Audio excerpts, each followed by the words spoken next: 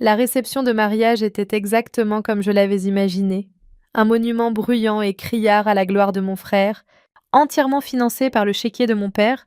L'air était chargé d'un parfum de lis si fort qu'il me donnait mal à la tête, mêlé à la douceur écœurante d'un champagne bon marché qui se voulait cher.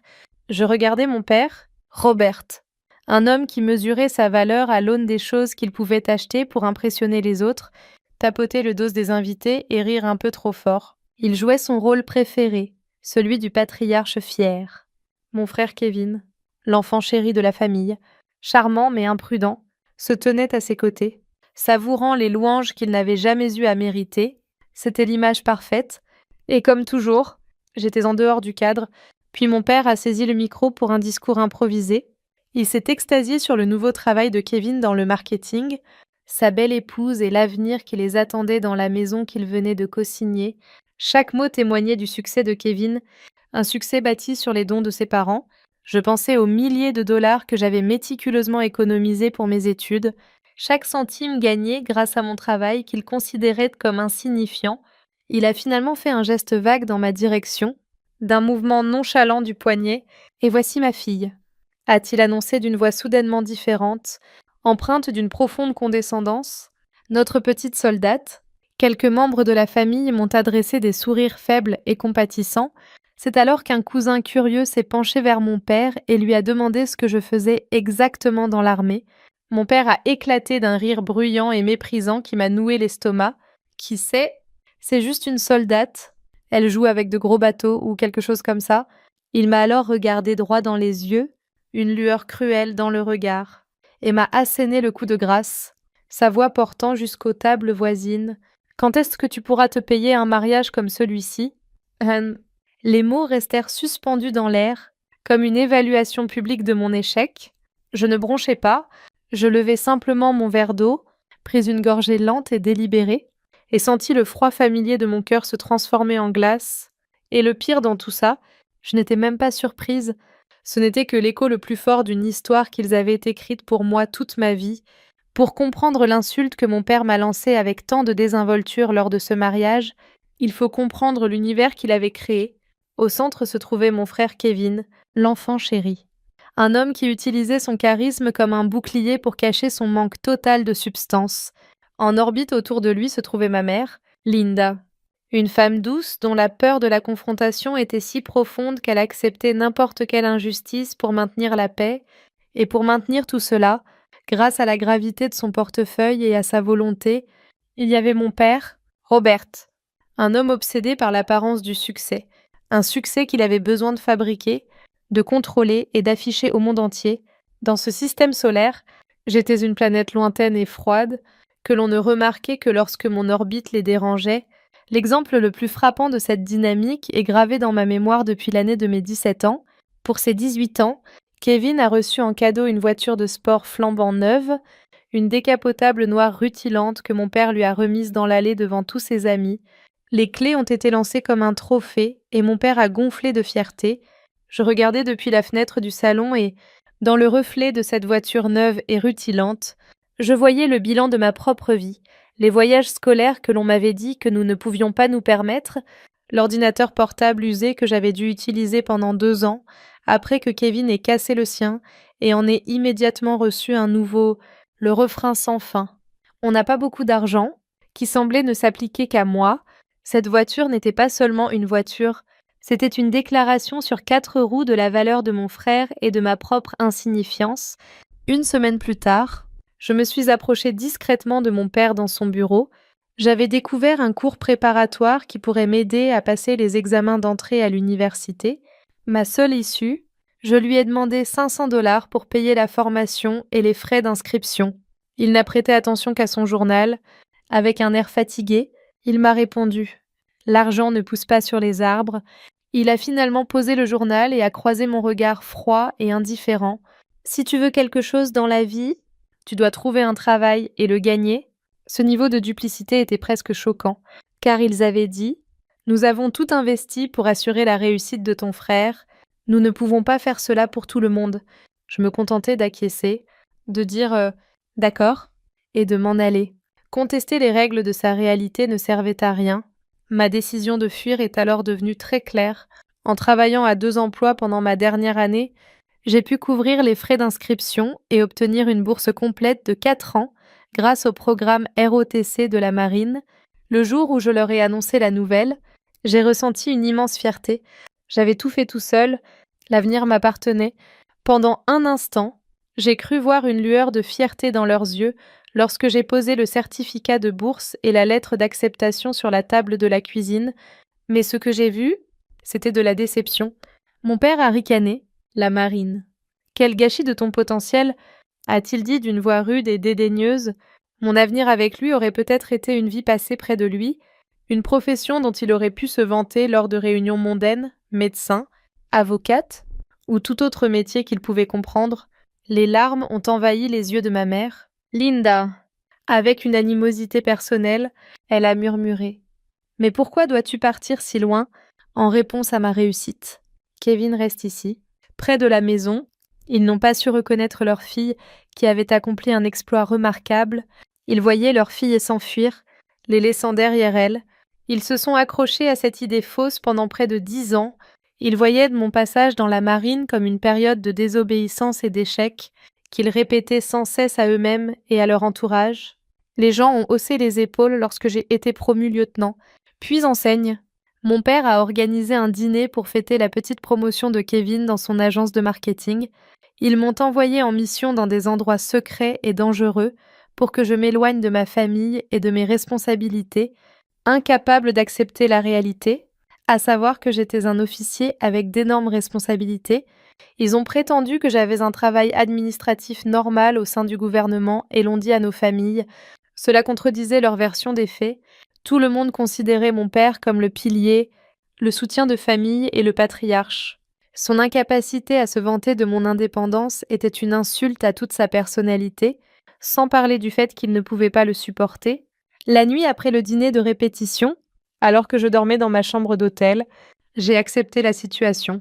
Je resterais invisible à leurs yeux. J'en avais assez de vouloir être remarquée, alors j'ai abandonné. La vérité finirait inévitablement par éclater. Quelque chose en moi n'avait pas seulement craqué, mais s'était solidifié après le rejet méprisant de mon père lors du dîner de répétition. Je me sentais inadéquat et malade, avec une fièvre légère due à des années passées à porter le poids de leur condamnation. Cependant, le remède glacial que constituait la dureté de ces paroles prononcées en public m'a frappé comme une tonne de briques. Un dégel s'est produit, la douleur s'est apaisée. Son absence a été remplacée par une sérénité inhabituelle et profonde, une clarté glaciale qui était presque dérangeante, tentait de gagner leur affection. C'était comme essayer de remplir un puits asséché. Je l'ai enfin compris. Cela ne servait à rien, plutôt qu'une agression. Cette plaisanterie était un cadeau. En apposant ma signature finale sur le contrat, je me libérais de toute responsabilité de chercher leur consentement à l'avenir. La quête de leur affection a changé mes priorités. Mon seul but était de laisser la vérité suivre son cours, si l'on peut même appeler cela un plan. Ma stratégie n'était pas un complot compliqué que j'avais concocté dans un accès de rage.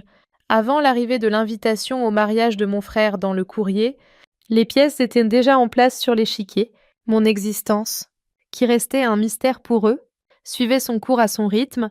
En tant que commandant dans les services de renseignement naval américains, je devais naviguer dans un univers de données top secrètes et de choix cruciaux. Depuis 18 mois, j'étais le principal contact du Conseil national de sécurité pour une mission qui exigeait une action rapide. Mes parents pensaient que je jouais avec de gros bateaux. En réalité, les personnes les plus puissantes du monde comptaient sur les informations que je leur fournissais. La dernière étape de cette procédure était sur le point de commencer et j'étais disponible à tout moment. J'ai voulu dire non dès que j'ai reçu le faire-part de mariage épais et couleur crème. Après tout ce temps, je savais qu'il ne fallait pas choisir la facilité. Pour échapper à l'examen minutieux et étouffant des réunions de famille, j'invoquais souvent mes obligations professionnelles, mon simple travail dans la fonction publique. Mais cette fois-ci, quelque chose avait changé. L'invitation entre les mains. Je repensais aux 20 dernières années, pendant lesquelles ma contribution à la société avait été minimisée et ma carrière considérée comme un passe-temps futile. J'ai pensé à la voiture, aux économies pour les études universitaires, aux compliments incessants pour Kevin et à la disparition subtile de mon identité. Dans ma paisible ville de Washington, D.C., c'était là, c'est là que j'ai choisi une alternative. Bien sûr, j'irai. Le succès de mon frère m'avait invité dans un magnifique théâtre et j'accepterai avec plaisir. Mon plan était d'adopter une honnêteté passive-agressive extrême. Ni un document papier ni un SMS enregistré ne pourrait être considéré comme une preuve. Toute mon existence était représentée par ce simple téléphone noir crypté qui ne me quittait jamais, ma robe de mariée. Une subtile allusion à une blague que moi seule pouvais comprendre était étalée dans ma chambre d'hôtel. C'était une robe bleu marine, simple mais ravissante. J'avais décidé de cesser d'essayer de leur cacher la vérité, bien sûr. J'irai au mariage, je ferai bonne figure et me comporterai comme la fille timide et modeste qu'ils avaient toujours souhaité que je sois. Mon téléphone sécurisé resterait toutefois allumé et me permettrait de rester connecté au monde réel. Ce serait évident pour moi. S'il sonnait, je ne feindrais pas une urgence et n'irais pas dans le hall. Sur la piste de danse, je laisserais mes deux univers se confondre. Ce n'était pas moi qui allais allumer la mèche. J'allais simplement leur montrer la mèche allumée qui était là depuis le début. J'avais la vérité avec moi. Ils avaient si gentiment préparé le décor pour moi, et j'avais tout ce qu'il me fallait. Jusqu'au lever de rideau, je n'avais plus rien à faire. Notre arrivée à la réception de mariage coïncida avec la seconde précise où les remarques de mon père avaient fait effet. Un silence dense et suffocant enveloppa notre partie de la pièce, au-delà de l'audibilité de tout son. Alors que certains de mes proches regardaient leur poulet à moitié mangé avec un intérêt nouveau, d'autres me lançaient des regards remplis d'une gentillesse affreuse et compatissante que je n'avais jamais demandée. Baignant dans la lumière de sa propre brutalité insouciante, mon père Robert semblait très satisfait de lui-même. Il pensait que j'allais me sentir gênée, bouleversée, voire pleurer. J'ai choisi de simplement croiser son regard et de sourire subtilement, sans le regarder dans les yeux. Je m'étais retirée de son drame. Je me suis simplement assis et j'ai regardé jusqu'à la fin du spectacle, parce que je l'avais anticipé, puis je l'ai senti. Un tremblement subtil et pressant sur le tissu délicat de mon sac à main. Ce n'était pas la vibration discrète d'un SMS d'un ami, un tremblement de terre clandestin provenant d'un monde qu'il ne pouvait pas comprendre, un monde sur le point d'entrer en collision avec le leur. Les pulsations incessantes et puissantes de mon équipement de travail crypté, sans attirer l'attention sur moi, j'ai sorti le petit sac et j'ai regardé l'écran blanc et lumineux. Juste 5 mots. Statut urgent. Véhicule en route. Et c'était tout. Ces 5 mots ont tout changé. Mon cœur ne battait plus qu'à un rythme régulier. C'est parti. Je me levai, pliai délicatement ma serviette et la posai sur la table, dégageant une sérénité qui semblait venir d'ailleurs. Ma mère, Linda, commençait à s'inquiéter de mon départ précipité. Alors je m'approchai d'elle. « Je dois partir », dis-je d'une voix calme et rauque. Elle hésita avant de répondre. « C'est pour le travail. » Je pensais qu'elle allait me demander pourquoi, ou si je pouvais peut-être manquer le mariage de mon frère, mais elle s'est retenue et m'a dit que je ne pouvais pas. Je me suis retournée et j'ai commencé à m'éloigner, le dos droit, le bruit de mes talons claquant sur le sol en marbre trahissant ma détermination silencieuse. J'ai courageusement poussé les portes majestueuses du lieu et je suis sortie dans l'air vif du soir. La terrasse en pierre était animée. Des dizaines de visiteurs se mêlaient, fumaient et riaient sous les lumières scintillantes. Lorsque je suis sortie, ils ont tous tourné la tête vers moi, intrigués. Une voiture s'est arrêtée devant moi alors que je m'approchais du trottoir. Ce n'était ni un taxi ni un Uber, c'était un énorme SUV noir avec des plaques d'immatriculation officielles et des vitres si teintées qu'elles ressemblaient à de l'obsidienne polie. La musique animée de la réception s'est progressivement estompée. Les visiteurs sur la terrasse sont devenus silencieux. Un homme est sorti du véhicule lorsque la portière passager s'est ouverte. Il n'était pas habillé comme un soldat. Je parierais que ma première voiture n'était même pas comparable à son costume noir impeccable. Il dégageait une autorité calme et solennelle qui donnait l'impression que tous les autres faisaient semblant. Après avoir rapidement balayé l'assemblée du regard, son attention laser s'est finalement posée sur moi. Il a tourné le dos à tout le monde et s'est dirigé droit vers moi. Comme s'il était entouré d'une barrière éthérée, les spectateurs se sont écartés pour lui laisser le passage. Il s'est arrêté à 1 mètre de moi, dans une posture respectueuse, mais sa voix était forte. claire et absolument impossible à ignorer. C'était une épée factuelle qui tranchait l'air nocturne à 100 mots. Commandant, une atmosphère électrique et inconcevable envahit l'air. Désolé de vous interrompre, mais le président attend votre briefing par vidéoconférence sécurisée. Nous devons partir immédiatement. Le temps semblait s'être arrêté partout. Mon père, qui m'avait suivi dehors, apparemment pour me réprimander de mon impolitesse, se figea soudainement. Sa rougeur arrogante s'est estompée, laissant place à un visage stupéfait, pâle et bouche bée. Derrière lui, mon frère Kevin a titubé vers la porte, son sourire impeccable paralysé par un rictus de perplexité. Des rumeurs ont commencé à circuler parmi les participants comme une traînée de poudre dès leur arrivée. Commandant, ont-ils dit les uns après les autres? A-t-il bien dit le président? En l'espace de 15 secondes, tout le prétexte que ma famille avait construit pendant 20 ans, l'histoire de la petite fille perdue et sans abri avec un petit boulot, était dévoilé et détruit. Je me contentais de hocher légèrement la tête à l'assistant. Je déclarais « Je suis prêt ». Oups. Après cela, je penchai la tête pour jeter un dernier regard à mon père. Il n'y avait ni colère ni victoire, une évaluation finale. Rien de plus. Même à ce moment-là, il ne semblait pas être un despote, il semblait insignifiant. Il resta complètement silencieux pour la toute première fois de ma vie. Dans le silence assourdissant de leur stupéfaction, ni colère ni triomphe ne m'envahirent. Je ne ressentais que de la liberté. J'avais l'occasion de m'éloigner pour la toute première fois, alors que le SUV noir s'éloignait du trottoir. La scène de mariage confuse et suréclairée s'estompait dans le rétroviseur, devenant peu à peu un lointain souvenir. L'atmosphère à l'intérieur de la voiture était calme, posée et professionnelle. Une odeur de cuir propre, sans parfum floral trop prononcé, flottait dans l'air. Le silence s'est installé. Le ronronnement du moteur et le léger grésillement de la radio étaient les seuls sons perceptibles. L'ordre, la détermination et la rigueur caractérisaient mon univers. Quelques heures après la fin de la réunion critique et après avoir évité la catastrophe imminente, je me retrouvais dans un bureau improvisé et propre, situé au cœur d'un bâtiment gouvernemental sécurisé. Je jetai un premier coup d'œil à mon téléphone sous la lumière crue des néons. Mes parents et mon frère étaient en pleine tempête numérique, avec des dizaines d'appels manqués, un flot incessant de SMS furieux et égocentriques défilait. « Comment as-tu pu faire honte à notre famille ?» disait mon père. « Tu as fait une scène au mariage de ton frère ? Je n'arrive pas à y croire, » disait Kevin. « Tu dois m'appeler immédiatement et m'expliquer. Tout le monde se pose des questions, » disait-elle. Qui se souciait de savoir si j'allais bien? Pas un seul message. Personne n'était fier ni même curieux. Leur honte, leur statut social et leur perplexité étaient au centre de l'attention. Après avoir lu tous les messages à la suite, je ne ressentais rien. J'avais l'impression de lire une dispute animée entre de parfaits inconnus. J'ai posé le téléphone à l'envers sur le bureau après avoir appuyé sur le bouton sur le côté pour éteindre l'écran. Le silence qui a suivi était différent de tout ce que j'avais connu auparavant.